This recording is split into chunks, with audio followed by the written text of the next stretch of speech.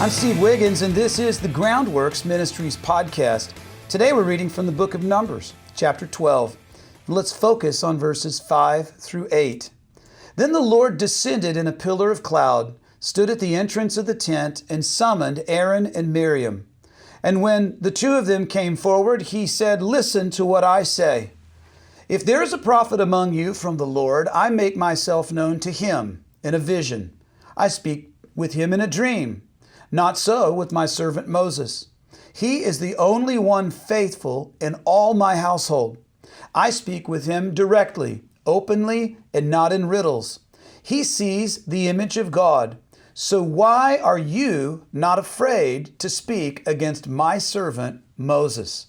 Numbers chapter 12, verses 5 through 8. Now that is a talking to, as we say down south.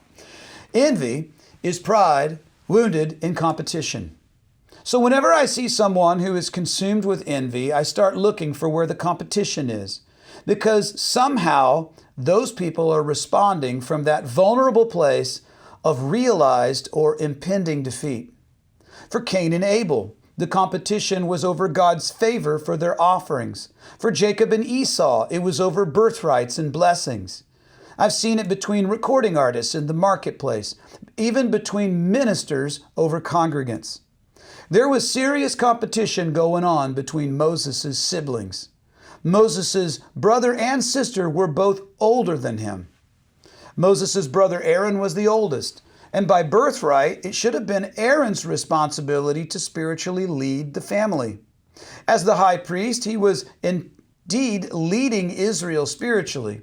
And perhaps he also wanted to lead them militarily and administratively. Miriam was Moses' older sister. She followed Moses' baby basket down the Nile, straight to Pharaoh's daughter. Miriam was the one who negotiated for Moses' own mother to nurse and to raise him. And it must have been hard for Miriam then to submit to Moses without seeing him as a child who needed to be watched over. God saw past their pseudo-righteous indignation, and he spoke directly concerning their envious hearts. Miriam and Aaron's dispute wasn't over Moses marrying an Egyptian woman. Really, it was over his authority. God cut straight to the issue, never even mentioning the Egyptian woman. In God's pronouncement, there is a profound lesson concerning prophecy and faithfulness. There are several biblical instances where people who aren't particularly righteous prophesy. Even Balaam's donkey prophesied. I don't think his donkey was more righteous than all other donkeys.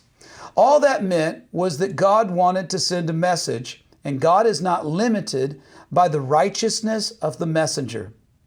Most profound is God's statement about faithfulness.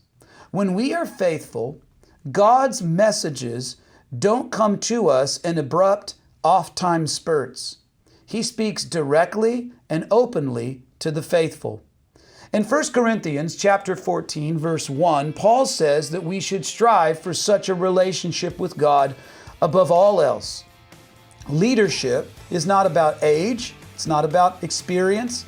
Not necessarily. Leadership is a matter of faithfulness.